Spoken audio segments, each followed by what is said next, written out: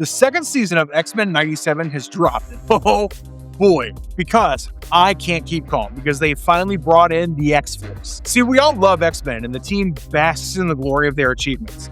And over time, they've become the defining faces of what heroes are, protecting people in the face of danger while using restrained force. But X-Force? They don't know what toning down their methods means. They are unapologetically aggressive, and are treated more as the black sheep of the extended X-Men family. But hey, these black sheep are actually saviors too. And when things get too murky for the public-facing X-Men, X-Force steps in as the secret mutant team that does save the day. But for the X-Men, they'd pretend this Black Ops offshoot doesn't even exist. And that's how it's been for years. Whenever Marvel needed someone to deal with problems they can't solve in traditional ways, they would slap X-Force's name on the door. Now, what do we really mean by this most dangerous mutants in the world? Well, we obviously had the leader, Cable, and his paramilitary support, or Wolverine's Kill Squad. But let's take a deep dive into those popped up in this season of the animated series. Growing up, everybody told me I was born to kill Apocalypse. Cable, the dude with the giant metal arm and the robotic eye? Yeah, Nathan Summers, aka Cable, aka the mutant with a giant gun that we all wanted as kids. That's Cyclops' son. And his mother? It's Jean Grey's clone, Madeline Pryor. If you're wondering how, it's because the eccentric geneticist, Mr. Sinister, orchestrated the entire scheme that led to Cable's birth. Once Nathan Summers was born, Mr. Sinister's clone of Jean Grey, Madeline Pryor, was corrupted by demons and tried to use baby Nathan as a sacrifice to open a portal between Earth and the demon-infested dimension Limbo. The X-Men and X-Factor, including the real Jean Grey, who had just returned, managed to stop the ritual, but Madeline was killed in the fallout, leaving Nathan at the heart of Sinister and Apocalypse's war for the future. Sinister then thought of using Nathan as a weapon against his former master and enemy, Apocalypse, aka En-Sabah-Nur. But bro, it's Apocalypse we're talking about. He managed to kidnap Nathan and infect him with a techno-organic virus to see whether the powerful mutant could serve as his new host. However, X-Factor's artificial intelligence called SHIP joined with Nathan to slow the virus. X-Factor managed to defeat Apocalypse, and the clan Ascani, another group opposing him, offered to save Nathan's life. A desperate Cyclops let his son be taken thousands of years into a harsh future timeline where Nathan learned to keep the virus in check with his telekinetic power. Now, though Nathan's tragic story was covered in number 86 of the X-Factor comic, he actually debuted as baby Nathan Christopher Summers in number 201 of the Uncanny X-Men. And we see this adorable baby that Madeline holds close to her heart, and the entire team's going gaga over the kid. Cable had both telekinetic and telepathic power. That is, he could move objects with his mind and also read other people's minds. He could also control the thoughts and bodily functions of others, even from a distance. But keeping that virus in check, yeah, that became a pain. He had to use his telekinetic powers regularly to prevent the techno-organic virus from infecting the rest of his body. But that virus did give him some extra power. For starters, Cable's techno-organics have a cyberjack for interfacing with computer systems and an ion blade. He could even alter the surface texture of his techno-organics through his synth-org technology to resemble human skin. But how did he become a part of X-Force? Well, turns out he created the very team. When Cable returned to the present as an adult, he first formed a mercenary unit called the Six Pack. After that group fell apart, he took over the existing New Mutants team, trained them as a more militant strike force, and rebranded them as X-Force, making him the original founder and leader of the team. Now, Cable has done a whole lot of stuff in his life, but you know what I feel is his biggest accomplishment? Rather, his payback moment? It was when he successfully defeated Apocalypse in 2001's Search for Cyclops storyline, when the latter possessed Cyclops in an attempt to gain a new host. Cable used the ancient Ascani psychic weapon, Scimitar, to destroy Apocalypse's ancestral essence and freed Cyclops from his control. Such a full circle moment. But hey, we're yet to see how this time-traveling mutant ended up in this television show. Now, if you remember the 1990s X-Men animated series, I'm sure you'd recollect that Cable was a recurring character in the series and that he didn't get a soft introduction. Cable came in as a warrior from a ruined future and warned the X-Men of catastrophe. That immediately made him part of the Save the Timeline conflict. The scene where Cable spawned on top of the building to save the mutants in Time Fugitives Part 2?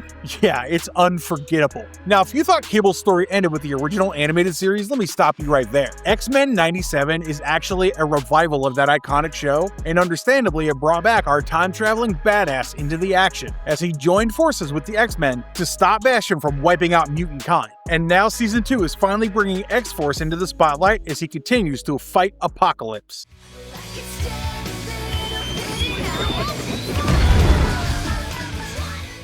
Jubilee. So Jubilee appeared in X-Men 97 and got recruited by Cable to join X-Force to help him track war, and she just proved in the episode A Force to be Reckoned With what a formidable mutant she is. Jubilee debuted back in 1988 in Uncanny X-Men number 244, and born as a mutant, she could generate explosive energy blasts, which were often compared to fireworks. She was orphaned at a young age and struggled to survive by shoplifting and performing stunts. Eventually, she bonded with Wolverine when she rescued a crucified, severely wounded Wolverine from the cybernetic Reavers in Uncanny X-Men number 251, and eventually found a spot on the X-Men. Jubilee is this chirpy, joyful character who won comics readers' hearts when she proved the extent of her powers by blowing up Mandarin's fortress. Yeah, she's practically a walking fusion bomb and can detonate matter at the subatomic level. The panel read boom, and we could all see sparks from the blast before a surprised Jubilee said, "Where did that come from? And like, do I ever want to do it again?" Yeah, even she was surprised at what she did. She was never a part of Cable's X-Force originally, but in the 90s X-Men animated show, she was featured heavily and was introduced in the pilot episode itself, titled Night of the Sentinel. Jubilee was portrayed as a fashionable teenager, chewing bubblegum, skateboarding, and frequently teaming up with Wolverine.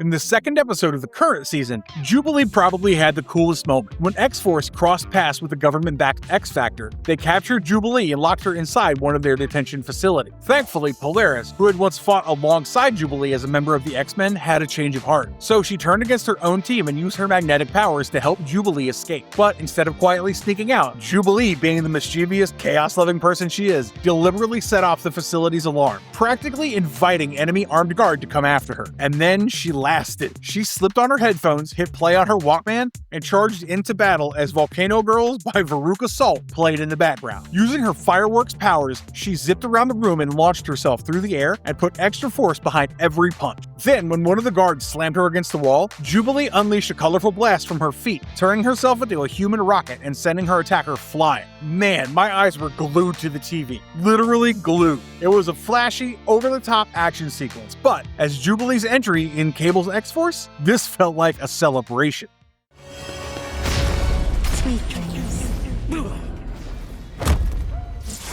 Psylocke. It's been a long time since Marvel established that Elizabeth Braddock served as Captain Britain in the Pocket Dimension, Otherworld, while being the mutant Psylocke in X-Force. But this somehow still amuses me because both her personas are so damn different. Elizabeth was actually born to Merlin and Lady Braddock when Sir James Braddock, a denizen of Underworld, sent him to Earth 616 to father the champion who would become Captain Britain. Initially, Elizabeth's brother held the mantle, which later became hers, which is a story for a different time. Now, interestingly, in Captain Britain number 34, Elizabeth, or Betsy as her nickname goes, had a dream warning her of an impending attack on her brother, Brian, by the lunatic Lord Hawk. Yeah, it was a clear sign of her psychic abilities as a mutant. After her debut, a decade later, Elizabeth appeared as Psylocke within the pages of the New Mutants Annual number 2. Braddock was in Switzerland when she got kidnapped by Spiral and Mojo. And apart from mentally controlling her, you'd also see them surgically giving her artificial eye. This is when she got the name Psylocke and was cast in Mojo's popular new show, The Wild Wave. Also, spoiler alert, these eyes are actually hidden camera. When Mojo managed to capture some of the New Mutants, the rest of the group went into the reality TV show to save their teammates, and that's when they found Braddock. She was rescued by Warlock and Cypher and stayed at Xavier's. Given her mutant origin, Braddock and the New Mutants ultimately defeated Mojo. Over time, Betsy found her way back to the X-Men, but she was no more the refined British telepath everyone knew. The thing is, after the events of Uncanny X-Men number 257 and 258, she slowly embraced her identity and her new life as Psylocke, a mutant who was so powerful that she could literally stab minds with her psychic weapons. By the time X-Men number 1 hit the shelves in 1991, Psylocke became one of the biggest stars in X-Men, thanks to Jim Lee's iconic artwork. But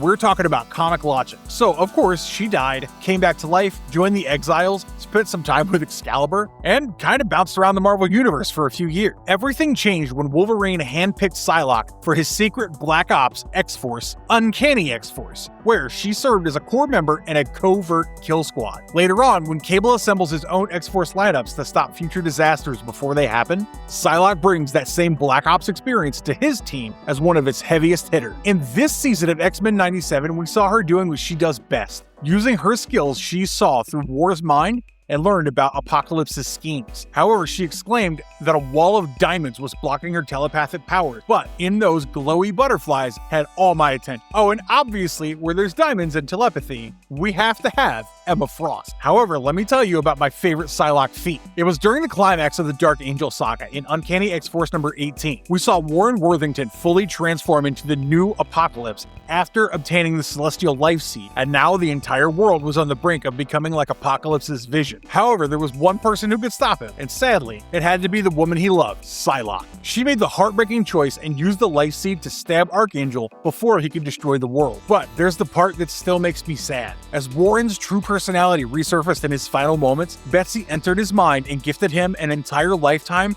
they never got to live together. Oh, it hurts. Within just a few seconds, they got married, grew old, had a family, and spent a lifetime together before Warren peacefully slipped away. Archangel. Oh boy, Angel has a whole different level of grudge against Apocalypse, and the viewers of the original series know exactly where I'm going with this. In X-Men, the animated series, Warren Worthington III's first appearance was as Angel before he met a horrific fate in the episodes The Cure and Come the Apocalypse. Warren got manipulated by Apocalypse, who replaced his feathered wings with metallic ones and transformed him into the Horseman of Death. Now, let me clear up one thing before this gets confusing. Angel and Archangel are actually the same person. Basically, Angel is Warren's original kind angelic side, while Archangel is the darker, more ruthless version that was born after Apocalypse's transformation. In the comics, Warren Kenneth Worthington III was originally born to a super-rich industrialist, Warren Kenneth Worthington II, and his wife, Catherine Worthington, but neither of them had a clue about their son being a mutant. When a giant pair of feathered wings sprouted from his back, giving him the ability to fly, that's when his truth was revealed, and his father was, let's just say, extremely disappointed. After becoming an X-Man, Warren secretly fought crime as the Avenging Angel, which obviously caught Professor X's attention. Charles Xavier recruited him as one of the 5 founding members of the X-Men, alongside Cyclops, Beast, Iceman, and Marvel Girl. Years later, Apocalypse transformed Warren into Archangel, and like in the show, traded his feathered wings for deadly metallic ones, and he battled the darkness within himself, even after breaking free from Apocalypse's control. In the new Inglorious X-Force number 1 in 2026, Archangel finally appears alongside Cable on an X-Force roster, mirroring the way X-Men 97 pairs them on the animated strike team. While he was in the previous X-Force, Warren slowly gained the ability to switch between his Angel and Archangel persona, allowing him to use both sides of himself in battle. The team even used Warren's estate as one of its secret headquarters, making him one of X-Force's most valuable members. In Uncanny X-Force number 1 to number 4 in 2010, when X-Force tracked down the reborn child Apocalypse, Warren came face to face with the mutant who had destroyed his life. Knowing exactly what Apocalypse would one day become, Archangel was adamant that the child had to be stopped. Although Phantom X ultimately made the final decision, Warren's resolve and willingness to confront his former master made it one of the most defining moments in X-Force. And now, in this season of X-Men 97, Archangel has finally shown up in Cable's X-Force and has already stolen our hearts. Sunspot. For Sunspot's origin, we actually have to go through the pages of Marvel graphic novel number 4, The New Mutants of 1982. Let's check it out. Roberto Bobby da Costa was born into one of Brazil's wealthiest families, to businessman Emmanuel da Costa and Nina, who was an American archaeologist. Nina had often spent months away from her family on excavation, and unfortunately that constant absence somewhere created a distance between the couple. However, Bobby was not directly affected by that. Rather, he enjoyed a comfortable childhood and loved soccer. In fact, he was so naturally gifted that by the time he was in his early teens, the coaches believed that Bobby could play for Brazil at the Olympics. But during one school championship match in Rio de Janeiro, Bobby's life changed forever. During that match, an opponent player named Keller repeatedly insulted him with racist abuse and foul. It pushed Bobby to his breaking point, and that intense anger triggered his mutant powers for the very first time, and Bobby absorbed the sun's energy. His body changed to a jet black form, and out of nowhere, he had immense strength and could send Keller flying. Woof! The transformation naturally scared players and the audiences who ran in fear, but Bobby's girlfriend, Juliana Sandoval, stood by his side. The incident soon attracted Donald Pierce's eye, the cybernetic former White Bishop of the Hellfire Club, whose mission was to hunt down mutants. But Pierce knew capturing Bobby wouldn't be easy, so he sent mercenaries to kidnap Juliana, hoping that it would force Bobby into surrendering. Thankfully, Professor Charles Xavier, who was carrying a parasitic brood embryo without his knowledge, learned about Pierce pursuing Bobby and sent Mirage, Karma, and McTaggart to save him. Bobby, on the other hand, agreed to meet Pierce, desperate to rescue his girlfriend.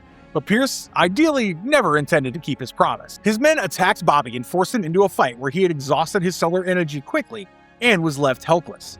Luckily, Karma and Mirage arrived just in time to save him, but sadly the battle ended in tragedy when Juliana stepped in front of a bullet that was meant for Bobby and died in his arm. Bobby was heartbroken and furious as he swore that he would make Pierce pay. With the help of the other young mutants and Xavier's assistance, Bobby did bring down Pierce, and that moment, according to me, is one of his greatest achievements. Once all this was over, Xavier invited him to train at his school for gifted youngsters, and Bobby accepted the offer, becoming one of the founding members of the New Mutants, and adopted the codename Sunspot. Now, his joining the X-Force is a bit messy. When Cable was transforming the New Mutants into X-Force, Sunspot took a detour. He walked away from the New Mutants when Cable came in, and didn't automatically become his soldier like Cannonball or Boom Boom. Then he got caught up with Gideon and the External, which led to him being experimented on and pushed into a darker fate, but it also enhanced his solar powers significantly. I mean, there came a point where he's been shown trading blows against the Red Hulk, but as fate would have it, X-Force got into a conflict with Gideon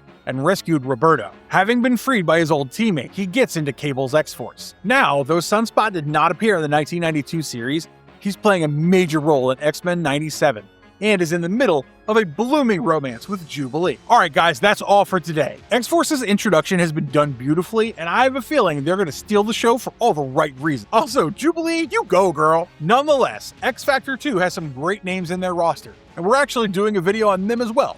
So hit that bell icon so you don't miss any new video. I'll see you guys in the next one. Have a great day, and as always, stay marvelous.